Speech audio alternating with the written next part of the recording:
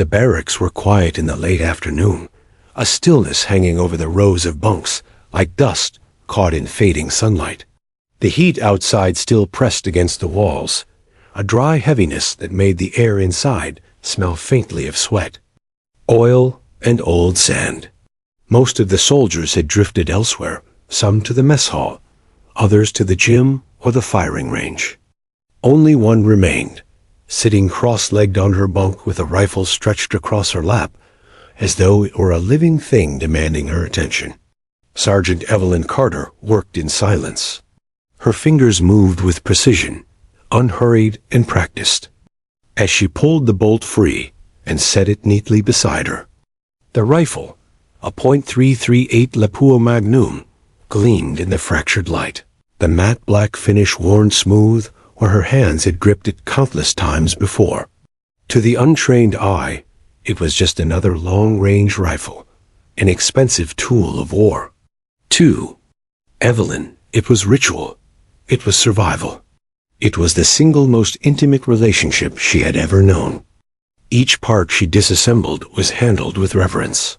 She ran a cloth along the barrel, checking for fouling invisible to anyone else but her. The faint metallic scent of solvent clung to the air. She hummed under her breath, not a tune so much, as a steady vibration, something to keep rhythm with her breathing. To anyone watching, it might have looked obsessive, even excessive. But Evelyn knew better. Dust was a killer. Sand could ruin a shot. A single imperfection could turn a mission from success into a coffin. She didn't allow imperfection. From down the corridor, laughter erupted, young privates horsing around, voices too loud, energy too restless for the desert evening. They passed by the open door of her barracks, their chatter faltering when they noticed her. Their eyes flicked toward the weapon across her lap, then toward her face, but she didn't look up. She had learned long ago that silence was a shield stronger than armor, sharper than words. Most of them barely knew her, but they knew the name. Ice Vein. It had started during her second deployment, whispered in awe after an impossible shot. That dropped a hostile target nearly a mile away, saving an entire convoy from ambush. The nickname had spread like wildfire, mutating as stories often did. Some said she didn't feel fear, that her pulse never quickened, her hands never shook. Others claimed she could steady her rifle even under fire, her breathing calm, her finger unerring. Evelyn never corrected them. Myths kept people at a distance. Myths also kept her alive. She set the cleaned barrel aside and picked up the bolt assembly, wiping it down with measured strokes. Her hands bore small scars, pale lines across her knuckles and the back of her fingers, marks from years of service. She didn't think about them anymore. They were just part of her, the way calluses are part of a craftsman. On the wall above her bunk, a single photograph was taped, curling at the edges from heat and time. It showed a younger Evelyn in uniform, arms slung around another soldier, her spotter, Corporal Ramirez, grinning wide. His absence now was louder than his laughter had ever been. Evelyn didn't dwell on it, but the photograph never left her sight when she worked on the rifle. It was her reminder. Every clean, every polish, every test shot wasn't just for her. It was for the ones who hadn't come back. The cloth in her hand slowed as she thought about Ramirez. He had been steady, reliable, and the only one who truly understood her silences. Spotters were lifelines. Without them, snipers were half blind. When Ramirez was killed during an operation gone sideways, the whispers around Evelyn had only deepened. She carried on alone, filling both roles when missions demanded it. Few could do that. Fewer survived long enough to tell about it. The door creaked again. This time, it wasn't passing privates. A young corporal lingered in the doorway, helmet tucked under his arm. He cleared his throat nervously. "Ma'am, Sergeant Carter?" She didn't look up immediately, finishing the pass of the cloth along the bolt before setting it down. Then her eyes lifted, Steady, calm, unreadable. The corporal shifted on his feet. Couple of us were headed to the mess. Thought you might. Wanna come along? Her gaze lingered on him for a moment longer before she shook her head once. Curt, but not unkind. Not hungry, right? You, okay?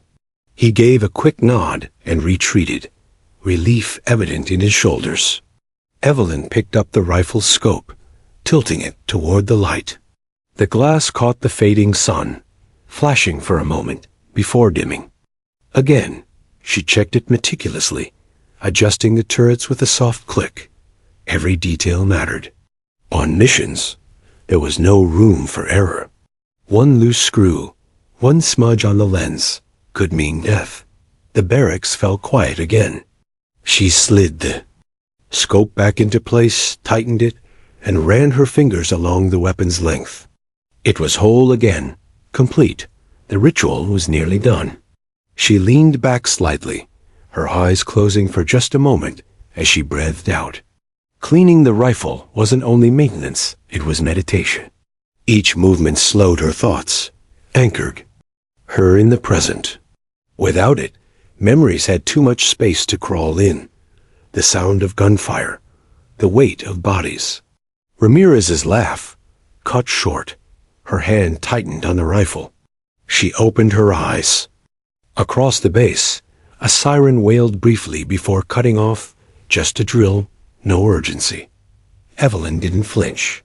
She had grown used to the constant ebb and flow of alarms, the endless cycles of readiness.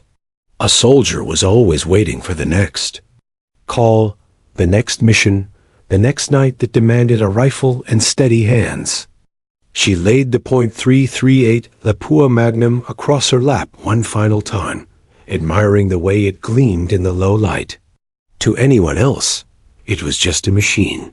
To Evelyn, it was memory, ritual, and promise all bound together. Outside, the laughter had died. Down, evening shadows crept across the floor. And still she sat, quiet and composed, her weapon whole again, her ritual complete. For Evelyn Carter, this was not obsession. It was survival. It was control in a world where chaos reigned. And as long as she had the rifle, as long as her hands stayed steady, she would remain Ice Vein, whether she wanted the name or not.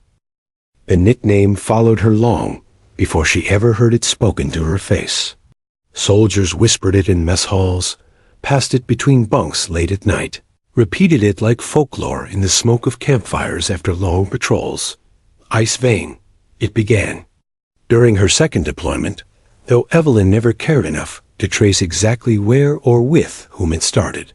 Nicknames were common in the military. Most were crude, some ridiculous, a few ironic, but hers was different. It wasn't born of humor.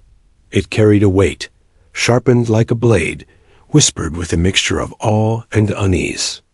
The first time she became aware of it, she was walking back from the range with her rifle slung over her shoulder, boots crunching against gravel.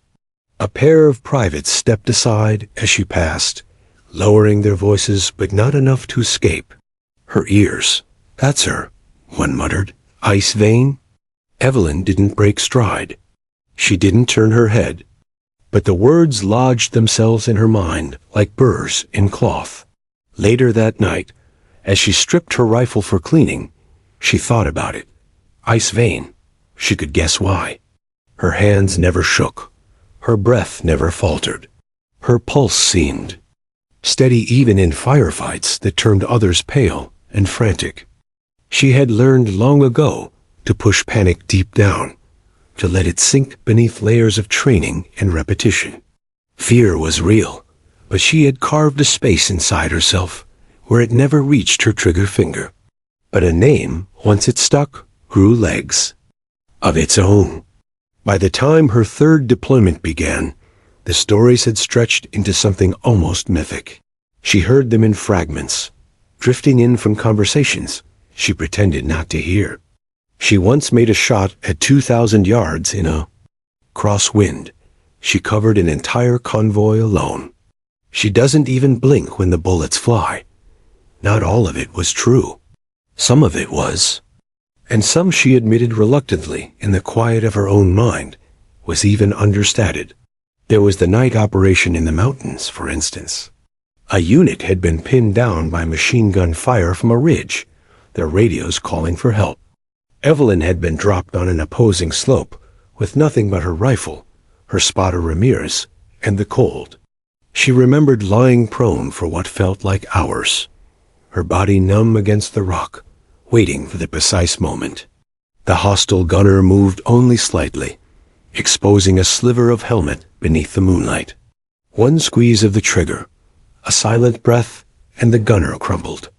The ridge fell silent. The pinned soldiers never even saw her face, but when they returned to base, the story grew wings. A ghost sniper who appeared from nowhere, struck like lightning, then vanished. Evelyn never corrected them. She never said that her back ached. For weeks from the stone pressing into her ribs, that her hands had been shaking uncontrollably from cold the moment after the shot. She let the myth live. It seemed to comfort them. Ramirez had teased her about it once. You know you've got a fan club, right? Ice Vein? Sounds like a damned supervillain. She had only shrugged, busy cleaning her rifle. Names don't matter. But he'd grinned, shaking his head. Maybe not to you. To them, though. They're building you into a legend. Legends keep men steady. Don't underestimate that. Now Ramirez was gone, and the name lingered heavier than ever. In the barracks, younger soldiers leaned against doorframes and swapped tailies in hushed tones. A recruit claimed she had taken out 5 men in less than a minute without breaking a sweat. Another swore she'd seen Evelyn walk through incoming. Fire without ducking. Evelyn ignored them all, her silence giving the rumors fertile ground to grow. She knew how soldiers worked. They needed stories bigger than themselves to cling to. Something steady, unshakable, when everything else was chaos. And so, Ice Vein spread. But carrying a reputation was its own kind of burden. The more others believed in the myth, the less room there was for her to simply be a soldier, a woman, a person. She felt their eyes on her during drills, watching her breathe, waiting for her to falter. She felt the silence when she entered the mess hall spoons, pausing halfway to mouths. Men twice her size gave her a wide berth, as though she might snap at the smallest provocation. She never did. She never raised her voice. Her silence became another weapon. One evening, she sat outside the barracks, her rifle case beside her, the desert wind tugging faintly at her hair. A group of soldiers lingered nearby, pretending not to stare. She heard one whisper, "Bet she doesn't even feel human anymore. Bet she doesn't dream." Evelyn's jaw tightened, but she said nothing. They were wrong. She did dream. She dreamed of Ramirez. She dreamed of faces blurred by distance, bodies dropping into dust. She dreamed of silence that stretched too long, broken only by the sound of her own heartbeat. But myths didn't have room for dreams. She lit a cigarette, the ember glowing faintly in the dark, and stared across the desert horizon. Legends might comfort soldiers, but they suffocated the people they clung to. She wondered if anyone had ever thought to ask how it felt to be the one trapped inside the story. Inside the base, another round of rumors stirred as a fresh batch of recruits arrived, wide-eyed and eager. Evelyn caught the sideways glances, the not-so-subtle nudges when she passed. They wanted to see the woman behind the name. But when their eyes met hers, they always looked away first. She didn't need to speak. Silence was enough. The base woke differently. The morning General Marcus Harlan arrived. Even before the rotors of his transport helicopter beat the air into a frenzy, word spread down the corridors, through the mess hall, across the parade ground. Soldiers straightened their uniforms with nervous hands, polished boots with the corners of their sleeves, and lowered their voices to hushed, clipped tones. Everyone knew Harlan's name. He was the kind of officer whose presence bent the atmosphere of a place. Stories about him preceded his arrival. The colonel once reduced to stammering in front of him. The unit that found itself drilled until dawn because a private had sneezed during inspection. He wasn't cruel for cruelty's sake, at least, not according to his record, but he demanded a standard that left no room for weakness. Men and women who had fought through fire seemed suddenly smaller when his shadow stretched across them. When the helicopter touched down, its wind whipped sand across the tarmac, stinging eyes and coating lips with grit. Soldiers snapped into rows, backs rigid, hands pressed tight to seams. Evelyn Carter stood among them, uniform sharp, expression unreadable, her rifle case locked away in her barracks. To anyone watching, she was just another figure in the formation, another soldier waiting for orders. But Harlan's gaze was sharp, practiced, and when it swept the line, it lingered on her. Not long, not enough for anyone else to notice. Just a flicker. But Evelyn caught it. The general was not a tall man, but he carried himself with the kind of authority that made height irrelevant. His face was weathered, lined by decades of command, eyes like flint beneath the brim of his cap. He walked the line slowly, boots measured, hands clasped behind his back. Soldiers stiffened as he passed, his inspection cutting through them like a blade. When he reached the end of the formation, he stopped, pivoted crisply, and faced them all. "Discipline," he said, voice deep, carrying easily over the wind. "Discipline is what keeps soldiers alive. It's what separates order from chaos. I don't give second chances to carelessness. Remember that." No one breathed. He dismissed them, and the line scattered, soldiers retreating quickly to tasks, grateful to be out from under his gaze. Evelyn moved with them, though her pace was calm, deliberate. She had seen commanders like Harlan before, men who radiated authority, who believed discipline could carve fear out of flesh and bone. Sometimes they were right. Sometimes fear carved deeper than any blade of discipline ever could. But Harlan was different. She sensed it. His silence carried weight. His words were sharp, but his eyes they saw more than most. Later, in the command tent, Harlan sat with a folder spread, open before him. His officers clustered nearby, waiting for his orders. He flipped through the pages slowly, his jaw tight. He had reviewed dozens of personnel files that morning, but one had caught his attention long before he'd arrived. Carter, Evelyn J., Sergeant. The numbers were impossible. 173 confirmed kills.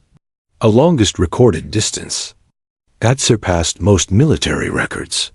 Missions so heavily redacted, they looked more like blank paper than history. "General," one of the officers said cautiously, "she's unique." Harlan's eyes lifted from the file. "Unique?" The officer shifted. "Her reputation, sir. The men, they talk." "They always talk," Harlan said flatly. But his gaze fell back to the file, and he traced the edge of the page with one calloused finger. Numbers didn't lie. Statistics didn't whisper. This was no myth. Whoever Carter was, she had carved herself into history with each round she chambered. Harlan leaned back in his chair, folding his arms. He remembered the moment his eyes had found her in formation. Calm, detached, the silence around her had been palpable. A soldier like that didn't go unnoticed. He had commanded men who broke under fire, men who froze, men who shook even when their weapons were loaded and targets clear. But Evelyn Carter Ice Vein, as the whispers named her, had numbers that didn't leave room for hesitation. The general closed the file. "I'll see her," he said finally. The officers exchanged glances, but said nothing. Orders were orders. That evening, as the sun bled into the horizon and shadows stretched long across the sand, Evelyn sat on her bunk again, rifle laid bare across her knees. The barracks were quiet, save for the faint rasp of cloth against metal, the rhythm of a soldier at peace and ritual. She didn't know yet that the general was coming, file in hand, curiosity in his silence. But she felt it, in the way the bass shifted around her, the way whispers had grown louder since his arrival. Stories traveled fast, but now they carried urgency. Ice Vein, the legend, had finally drawn the attention of a man who had built legends of his own. Outside her door, Boots approached. Heavy, deliberate. Evelyn didn't look up. Not yet. The general had arrived. The barracks was nearly empty by the time the sun slipped behind the desert horizon. A few muffled conversations drifted from the far end of the hall, but most soldiers had disappeared into the mess or outside for a smoke. The air was thick with heat that lingered long after daylight faded, carrying the sharp scent of dust, sweat, and the faint tang of gun oil. Inside her quarters, Evelyn Carter sat cross-legged on her bunk, sleeves rolled to her elbows, her rifle spread across her knees. Like a black steel puzzle, she worked with quiet intensity, cloth in hand, every stroke deliberate. The weapon was half disassembled, its bolt resting on a clean rag beside her, the barrel gleaming faintly in the light of a single overhead bulb. Her hands moved with an ease born of years. She didn't need to look down, her fingers knew the grooves, the angles, the stubborn screws that resisted before yielding. The repetition steadied her. Cleaning was more than habit. It was the only time she felt entirely in control. The war outside was chaos, but here, in the sanctuary of the barracks, there was order. She didn't hear the boots at first. The sound was faint, a distant rhythm against the wooden floorboards of the hall, growing louder with each step. At first, she ignored it, assuming it was another soldier heading toward their bunk. But then the cadence changed, slower, heavier, deliberate. It wasn't the casual stride of an enlisted man. It was authority, walking toward her. The door creaked open. Evelyn didn't look up. She ran the cloth one final time through the barrel before setting it aside. Her posture remained calm, her breath even. Only when silence stretched across the room did she lift her gaze. General Marcus Harlan stood in the doorway. Two officers flanked him, both stiff, their eyes darting between Evelyn and the rifle across her lap. Harlan didn't move immediately. He studied her the way a man studies a weapon he doesn't yet understand, assessing weight, balance, danger. His presence filled the room, though he barely stepped inside. Evelyn set the cloth down. The faint click of the metal bolt being adjusted echoed in the stillness as she turned it over in her hands. "Sergeant Carter," Harlan said finally. His voice was low, carrying the weight of command without needing volume. She inclined her head, a small acknowledgement, nothing more. Her hands didn't pause. Harlan glanced at the rifle, then at the open manila folder in his hand. He had brought her file with him, the pages worn from being read and reread. He opened it again, his eyes scanning the numbers. Confirmed kills, 173. Longest distance, 2,140 yards. Missions, classified, redacted, unreadable. It wasn't just the statistics that silenced him. It was the fact that the woman before him, so calm and unassuming, was the soldier behind them. He closed the folder slowly, his jaw tight. "You keep to yourself," he said. Not a question, an observation. Evelyn slid the bolt back into the rifle, a metallic click loud in the quiet room. "I do my job, sir." The simplicity of her words carried weight. One of the officers shifted uncomfortably. He had expected tension, perhaps fear. Instead, there was only calm. Harlan stepped further inside, boots thudding softly against the floor. He studied her again, searching for cracks, any sign of ego, arrogance, fragility. There was none. Her eyes met his, steady and unreadable, the eyes of someone who had seen too much and spoken too little. He thought about the whispers he'd heard since landing. Ice vein, a myth among soldiers, they'd said. A ghost who could kill from a mile away, who never flinched, never faltered. Harlan had dismissed rumors before, but now, standing in front of her, he realized they hadn't captured the full truth. "Do you know what they call you?" he asked. Her hands paused for only a heartbeat before continuing.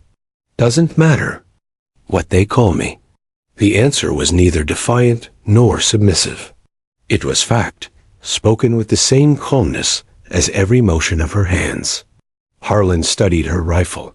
The .338 Lapua Magnum was spotless, each part gleaming, cared for with the kind of devotion soldiers rarely gave even themselves. He had seen men clean their rifles out of necessity, a chore to prevent malfunctions. This was different. This was reverence. "Why?" he asked quietly. "Why the ritual?" Evelyn set the rifle across her lap, her fingers brushing along its length. For the first time, her gaze broke from his, drifting down to the weapon. "Because it's the only thing I can control," she said softly. "Out there, everything falls apart. Out there, the world decides who lives and who doesn't. But this," she tapped the rifle gently, "this does what I ask of it. It fails, it's because I failed it. That's on me. Nothing else." The officers exchanged a glance. Harlan remained silent, but inside, something shifted. He had commanded soldiers who begged for recognition, who wore their medals like shields against their own fear. Carter was different. She asked for nothing. She carried her burden in silence, her legend growing louder while she stayed quiet. Finally, Harlan closed the file and tucked it under his arm. He cleared his throat, the only sound breaking the weight between them. "Carry on, Sergeant," he said. His voice was rougher than usual, stripped of its commanding edge. He turned and walked out, the officers following quickly. The door clicked shut behind him, leaving the barracks in silence once more. Evelyn looked down at her rifle. She ran the cloth along the barrel one last time before setting it gently across her knees. To her, it had been just another evening, just another cleaning. To Harlan, it had been something else entirely. For the first time in years, the general had been left silent. The command tent glowed faintly in the desert night, canvas walls rippling under a restless wind. Maps were spread across folding tables, pins and markers, tracing lines of battle that stretched into endless sand. Radios hummed softly in the background, a constant heartbeat of static and coded chatter. General Marcus Harlan sat alone at his desk, a battered metal surface scarred with scratches and coffee rings. In front of him lay the folder he had carried from the barracks, the one that bore the name Carter. Evelyn J. He had read it before. He had memorized parts of it on the flight here. But now, after seeing her in person, he opened it again with renewed intensity, as though the pages might reveal something he had missed the first time. The first page was simple enough. Rank, serial number, deployments, commendations. Then came the numbers. Confirmed kills, 173. Harlan stared at the figure, his thumb pressing against the edge of the page until it bent. Numbers could lie. Reports could exaggerate, but not in this case. The documentation was too thorough, the confirmations too numerous. The mission notes signed off by officers he knew personally, men not prone to hyperbole. 173. That was more than many units combined across entire deployments. He turned the page. Longest recorded distance, 2,140 yards. Harlan let out a slow breath through his nose. He had trained sharpshooters before. He had seen extraordinary feats of marksmanship. But that distance over a mile wasn't just skill. It was artistry combined with nerves of steel. Wind, elevation, humidity, even the curvature of the earth. Every factor mattered at that range. Most snipers wouldn't attempt it. Evelyn Carter hadn't just attempted it. She had succeeded. He read further. The file grew darker. Mission after mission was blacked out, whole sections obliterated under thick blocks of ink. Where details remained, they were cold and clinical. Operation Ironcrest. 2 hostiles eliminated at 1,800 yards. Convoy ambush prevented. Civilian casualties, 0. Another page. Operation Gray Falcon. 11 confirmed kills across 3 nights. Targets. High-value insurgent leaders. Outcome. Successful extraction. Mission status. Classified. He flipped to the next sheet. Redaction covered nearly everything, but at the bottom, one line remained. Recommendation. No public commendation. Psychological evaluation differ. Harlan's jaw tightened. He had seen files like this before, though never so stark. These weren't the numbers of a soldier. These were the numbers of a ghost. Someone who operated in the margins, who killed without fanfare, whose very success demanded silence. Behind him, 2 of his junior officers waited. They tried not to stare at the folder, but their eyes kept drifting toward it, catching fragments of text. One shifted on his feet, clearing his throat. "Sir," he began carefully, "those figures, are they accurate?" Harlan didn't look up. "Accurate. Enough." The officer swallowed, glancing at his comrade. Neither spoke again. The weight in the tent was too heavy, the silence pressing down until the hum of the radio seemed deafening. Harlan turned another page. Notes from commanding officers appeared. Here and there short, clipped assessments. Exemplary precision. Unflappable under fire. Operates with minimal support. Then, another line that caught his eye. Not suitable for public recognition. Recommend continued deployment despite prolonged exposure to combat. He closed the file halfway, rubbing a hand across his face. Numbers were supposed to bring clarity. They reduced war to something measurable, something officers could chart on paper. But the numbers in Evelyn Carter's file didn't feel like clarity. They felt like a reckoning. 173 confirmed kills. He tried to picture them one by one. Men with rifles, insurgents crouched behind walls, enemies who might have ended American lives had she not ended theirs first. Each shot had saved someone else, and yet he couldn't shake the thought that each tally was also a weight. No one carried that many without scars, even if they weren't visible.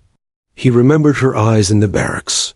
Calm, steady, but too steady, perhaps. The kind of calm that came only when everything inside had already burned away. Harlan leaned. Back in his chair, the canvas above him flapping faintly. His officers still hadn't moved. They stood like statues, waiting for some direction, some interpretation. Finally, he spoke. "You see these numbers?" He asked quietly, more to himself than to them. "These aren't just statistics. They're chapters in a story none of us were there to witness." The officers exchanged a glance, but remained silent. Harlan tapped the file with one blunt finger. Every one of these kills is the difference between victory and failure, between a squad making it home or not.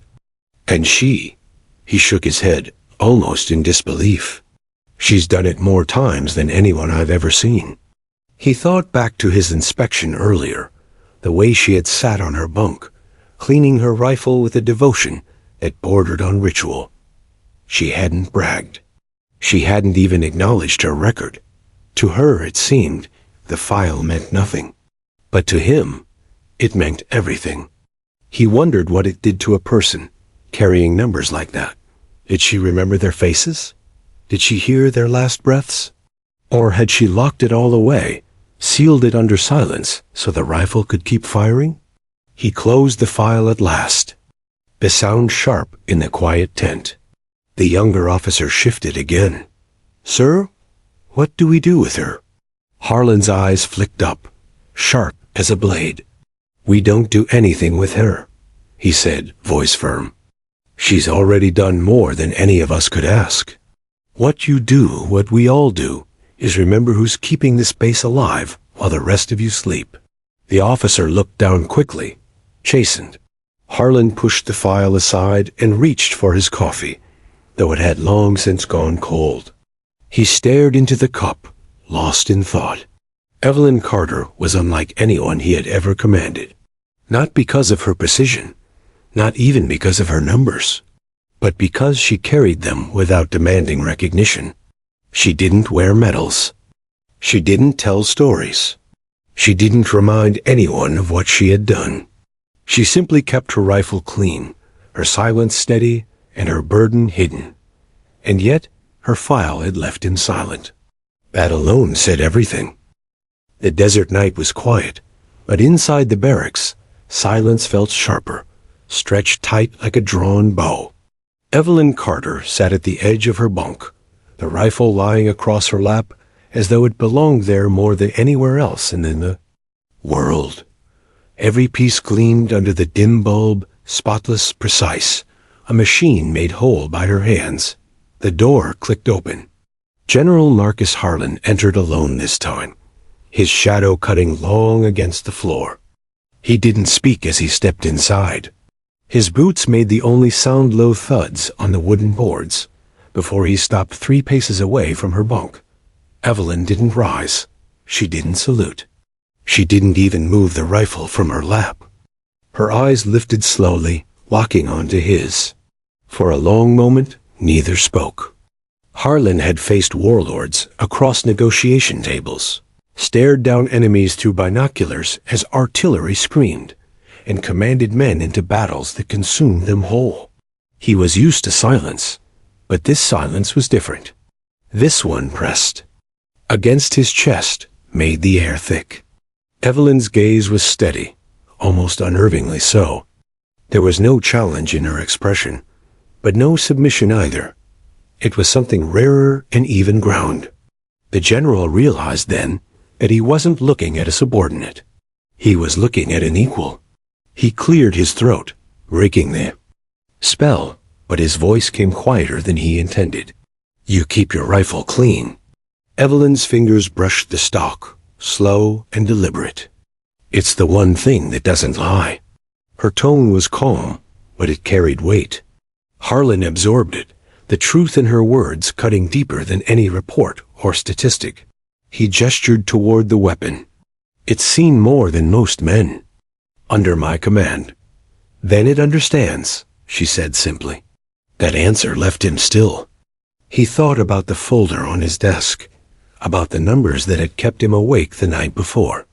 173 kills, a mile-long shot, classified missions redacted into silence. And here she was, speaking as though the rifle itself carried the burden with her. Do you ever think about them? He asked. His voice was low, almost hesitant.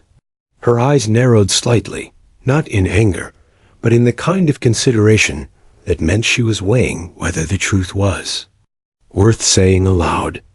Finally, she said, I think about the ones I didn't take. The words hit him harder than any admission of guilt or glory could have. She wasn't haunted by the kills in her record.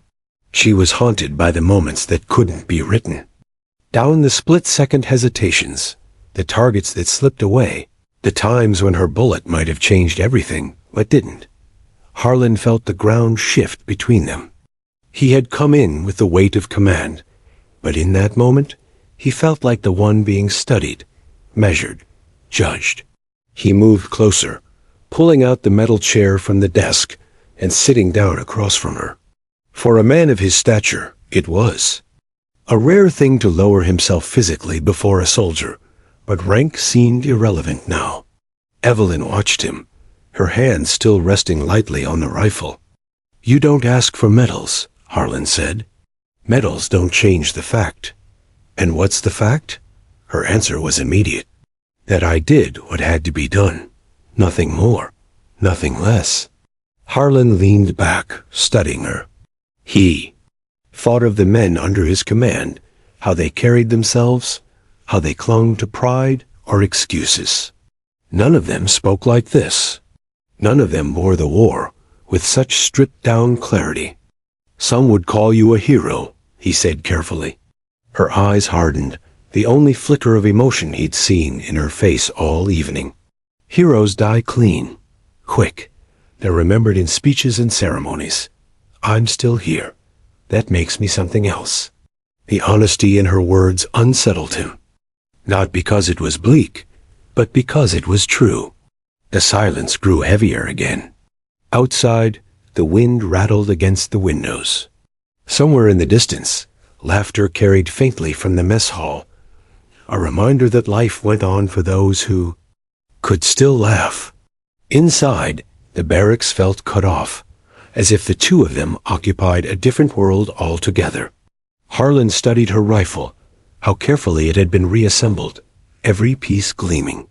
He thought of the devotion in that act, the ritual she had described. "You trust that rifle more than people," he said. She didn't hesitate.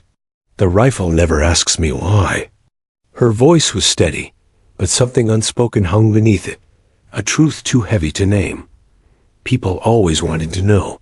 Commanders wanted explanations, soldiers wanted stories, civilians wanted to hear what it felt like. But the rifle simply asked her to pull the trigger, and in return, it gave her certainty. Harlan nodded slowly, the corner of his mouth tightening. "And yet, people sleep safer because of what you do." She tilted her head slightly. "Do they? Or do they just forget someone had to bleed so they could?" That silence again. He felt it this time not as weight, but as revelation. This woman saw the war not as numbers, not as strategy, but as exchange. A life for a life. Safety for someone. Bought by the steady aim of her rifle. Finally, Harlan spoke, his voice stripped of all command. "You remind me of something I almost forgot." Her eyes narrowed. "And what's that?" He met her gaze. "That war isn't won in speeches. It's won in moments no one ever hears about." Their eyes held for what felt like an eternity. In that moment, rank meant nothing. Uniforms, medals, authority, all of it dissolved, leaving only two people, bound by the same burden. One carried it through command, the other through the scope of a rifle. The air between them hummed with a kind of tension that didn't need words. It wasn't hostility. It wasn't even respect, not in the formal sense. It was something deeper, recognition. Finally, Evelyn broke the silence. She set the rifle gently across her bunk, her hands folding over her knees. "If that's all, sir," she said quietly, "I still have work to do."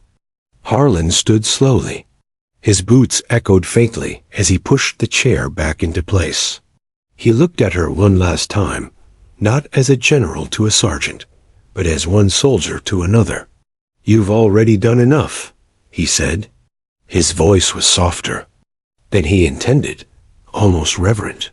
He turned and left the room, the door closing behind him with a dull click. Evelyn sat in the silence that followed. She looked down at her rifle, the steel catching the dim light, and exhaled slowly.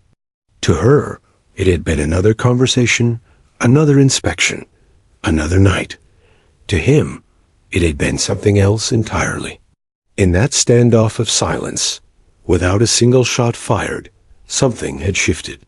For the first time in years, the war had allowed two of its soldiers to see each other clearly. The desert air was sharp with grit the next morning, the horizon blurred by dust storms that swept like ghosts across the flats. The base was restless. A low hum of unease hung over every conversation, carried in the stiff movements of the soldiers.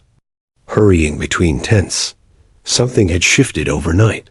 In the command tent, General Marcus Harlan stood before a map lit by the glow of a lantern. His officers circled around, their faces pale in the amber light. Red pins marked the edges of their perimeter.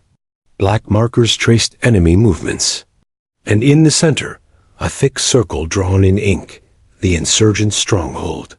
Harlan's voice caught through the silence. "We've confirmed intelligence. They're moving a weapons convoy tonight. If it reaches the valley, every outpost for 50 miles is at risk." One officer leaned forward, his voice tight. "Sir, we don't have the manpower to intercept."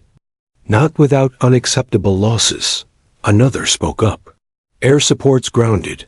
Weather's killing visibility." Harlan's jaw tightened. The options had already been run dry before this meeting began.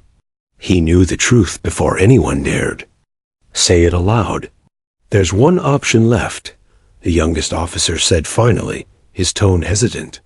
His eyes darted toward the far side of the room, where a single chair sat empty, as though waiting for someone unseen. The others followed his glance. Silence fell heavier. Everyone knew who he meant. Harlan felt the weight settle like stone. His mind flashed back to the night before the standoff of silence. The calm in Evelyn Carter's eyes, the rifle across her lap. He had told her she had done enough. He had meant it. But war had no regard for promises. He closed his eyes briefly, then turned toward the communications officer. "Get Sergeant Carter." The barracks door opened, and Evelyn stepped into the command tent. She carried her rifle slung across her shoulder, the strap worn smooth, where it had pressed against her uniform for years. Her movements were unhurried, steady, as if the air of tension inside hadn't reached her. The officer shifted uncomfortably as she entered, but Harlan kept his gaze fixed on her. "Sergeant," he said, voice firm but lower than usual. "We have intelligence of a weapons convoy moving through Sector Delta. It must be stopped." Evelyn's eyes flicked to the map, scanning it quickly. "Distance? 2,000 yards, give or take," Harlan said. "Ridge line to valley." She nodded once, no hesitation. No questions about backup, about odds, about escape. Just the acknowledgement of a task. Harlan studied her. Part of him wanted to call it off, to say it wasn't her fight anymore. But another part, the soldier's part, knew that only she could take this shot. Anyone else would fail. And failure here meant lives lost, outposts destroyed, a war widened. "You don't have to do this," he said finally, though the words felt hollow even as they left his mouth.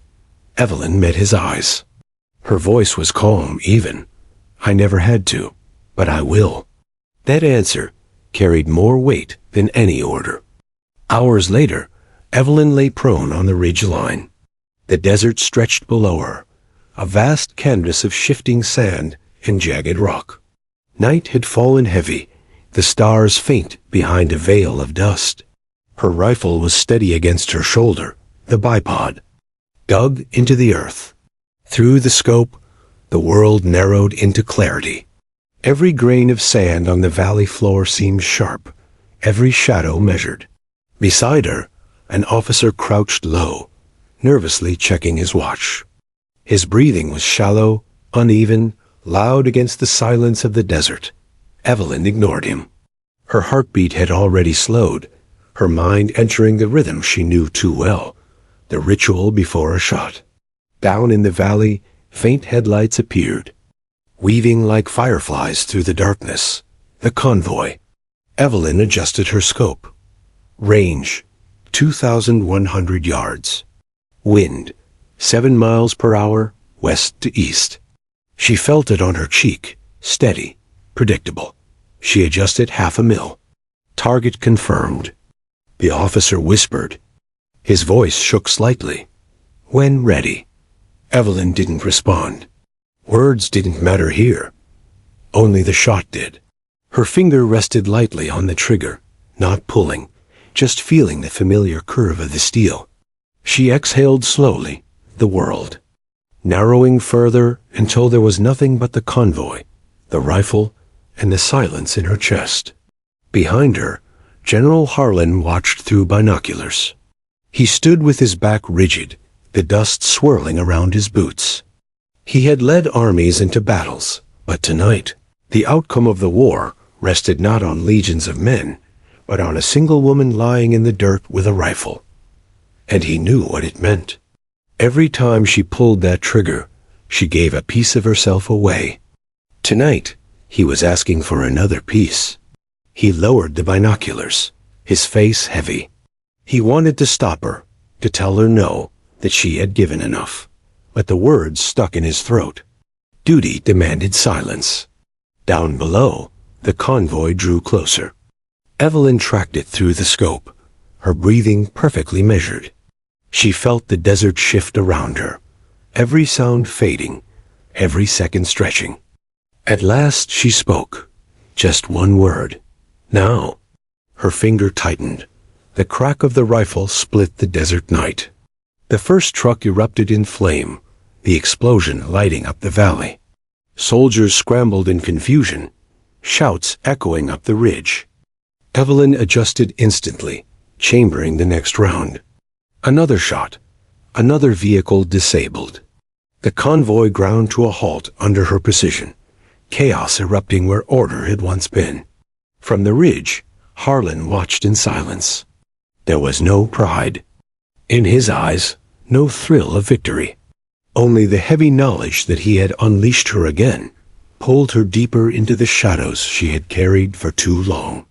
But below, the battle shifted.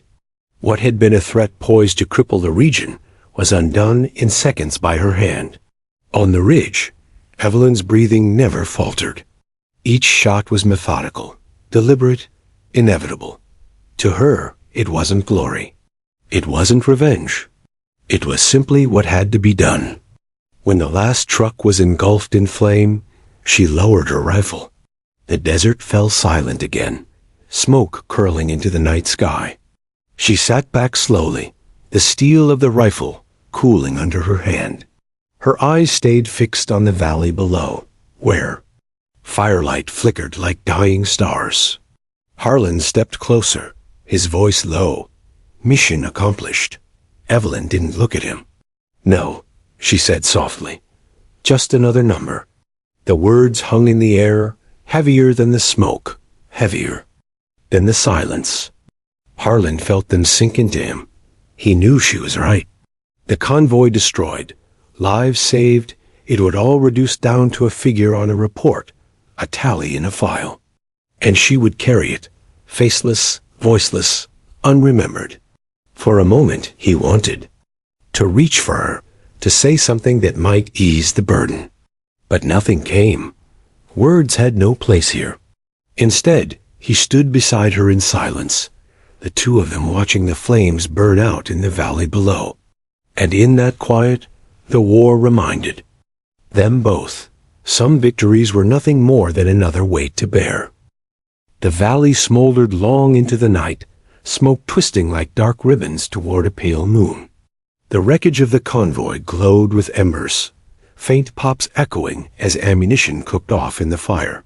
From the ridge, the battlefield looked less like victory and more like a graveyard machine's blackened shadows still. Evelyn Carter lay flat against the dirt, cheeks still pressed against the rifle stock, her scope sweeping one last time across the devastation. No movement, no survivors. The mission was complete. She exhaled slowly and finally drew back, rolling her shoulders as though shedding a weight she'd carried for too long. But the weight didn't fall away. It never did. General Marcus Harlan stood a few paces behind, binoculars hanging loose at his side. His jaw was set, but the hard edges of his face carried something else tonight. Something more human than steel. Guilt, maybe. Respect, certainly. A recognition that he had asked. Too much of a soldier who had already given everything. The officer beside him whispered, "She saved the whole sector, sir. Without her." He trailed off, awed silence taking his words. Harlan gave no reply. He knew what the younger man meant. Knew the tactical brilliance of what she had just done, but he also knew the cost. Evelyn sat up, brushing dust from her uniform. She looked at the burning valley one last time, her expression unreadable, before turning away. To her, it wasn't victory. It wasn't triumph. It was simply another line in a file, another number added to the tally that defined her more than any medal ever would. By dawn, the base buzzed with quiet rumors. No official word had been given, but soldiers talked in hushed voices over mess hall trays and in the shadows of supply tents. They say it was one shot that took out the lead truck. No, more like 4, 5 at least. Who was it?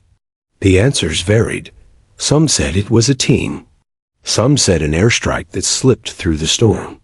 But a few those who had been closer, who had seen her rifle slung as she returned at dawn, knew the truth.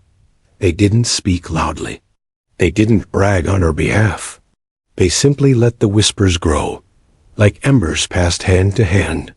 Her name carried with it a kind of reverence. Carter, the ghost on the ridge. General Harlan sat in his tent, with the folder open once more.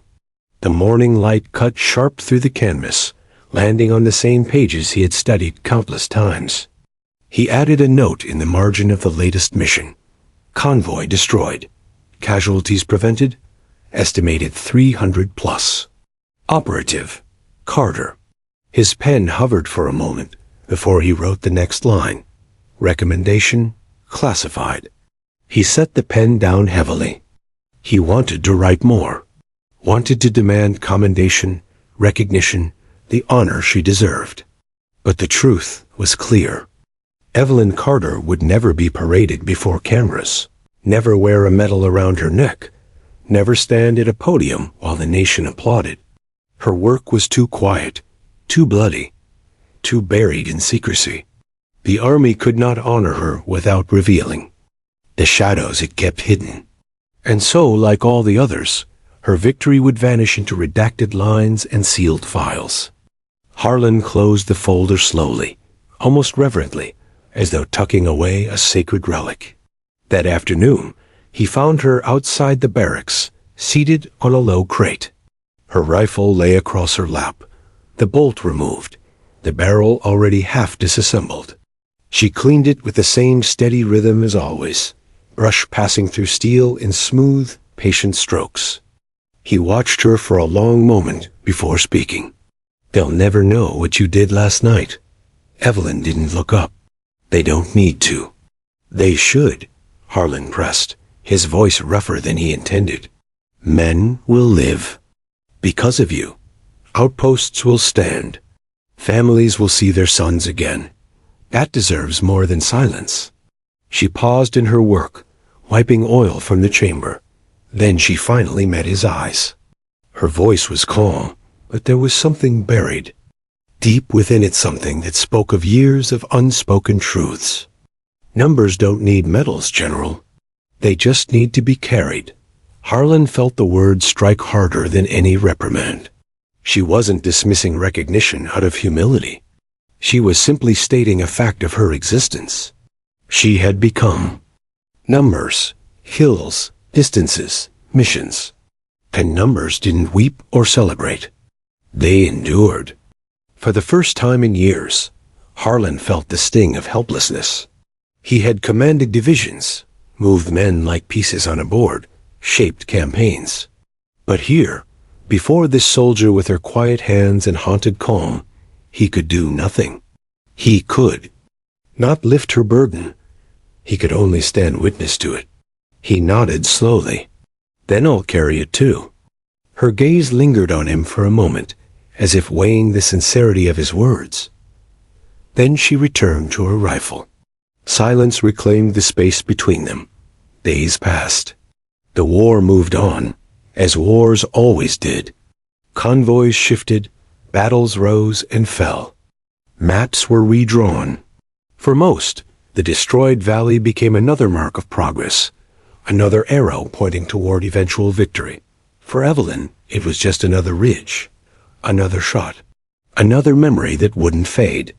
Yet something subtle had changed. She noticed it in the way soldiers looked at her when she passed, the faint nods, the lowered voices, the respect unspoken. They didn't approach her. didn't ask for stories. But they knew. On some level, they all knew. And in their silence, she found something almost like peace. On his final day at the forward base, General Harlan stood once more at the edge of the desert, the wind tugging at his uniform. He would return to Washington, to halls of marble and strategy rooms filled with polished boots and polished lies. He would brief men who had never tasted sand in their teeth, who would read Carter's numbers on a page without ever understanding what they meant. He turned to see her one last time. Evelyn stood near the motor pool, rifle slung over her back, speaking quietly with a mechanic. She laughed just once, soft and fleeting. The sound startled him more than gunfire ever had. In that moment, he saw her not as the ghost in his files, not as the legend whispered across the base, but as a soldier human, fallible, alive. He memorized that sight, knowing it might be the last time he ever saw her. As he boarded the chopper, the rotors whipping sand into the air, he made himself a silent vow. If the army chose to bury her story, he would not. He would carry her numbers, her silence, her legend. Even if the world never knew, he would remember. Night fell again over the desert, and in the barracks, Evelyn sat cleaning her rifle. The motions were the same, precise and patient. Around her, the base settled into uneasy rest, soldiers preparing for the next day's battles. She paused once, her hand resting on the cool steel of the barrel. Her reflection shimmered faintly in the polished surface, and for a heartbeat, she almost didn't recognize herself. Then she smiled faintly, just enough for herself, no one else, and continued cleaning. Outside, the desert stretched endless and silent, carrying with it the truth that no file could ever hold. Evelyn Carter was more than her numbers. She was the ghost who had saved them all. And though the world would never speak her name, the soldiers who lived because of her would whisper it forever.